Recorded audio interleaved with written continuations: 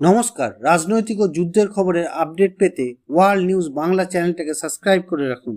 মঙ্গলবার 22 জুলাই সকালে ইয়েমেনের ইরান সমর্থিত হুতি বাহিনী একটি ব্যালিস্টিক ক্ষেপণাস্ত্র ছুড়ে বেন গুরিয়ন বিমানবন্দরের দিকে।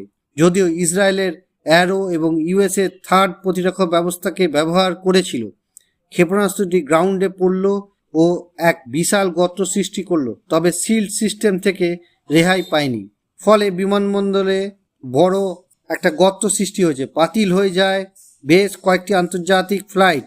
সারা দেশে আকাশ সীমানা সাইরেন বাজে, প্রায় 1 ঘন্টা অভ্যন্তরীণ আন্তর্জাতিক ফ্লাইট বন্ধ ছিল।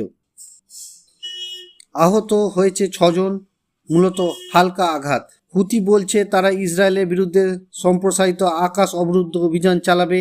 এ হামলা ছিল তাদের নতুন কৌশল, পাল্টা পদক্ষেপ হিসেবে।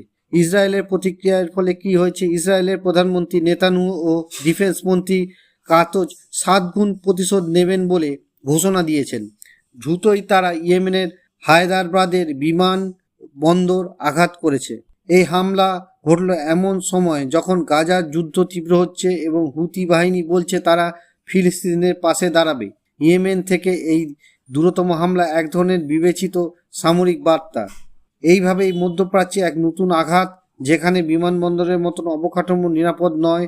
এখন প্রশ্ন, এর প্রতিশোধ কতটা ভয়ঙ্কর হতে পারে? আপনি কি ভাবছেন? এই উত্তেজনার মধ্যেই আমরা শান্তি দেখতে পাবো? মন্তব্য জানাবেন।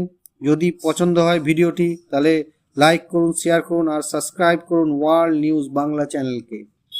নমস্কার।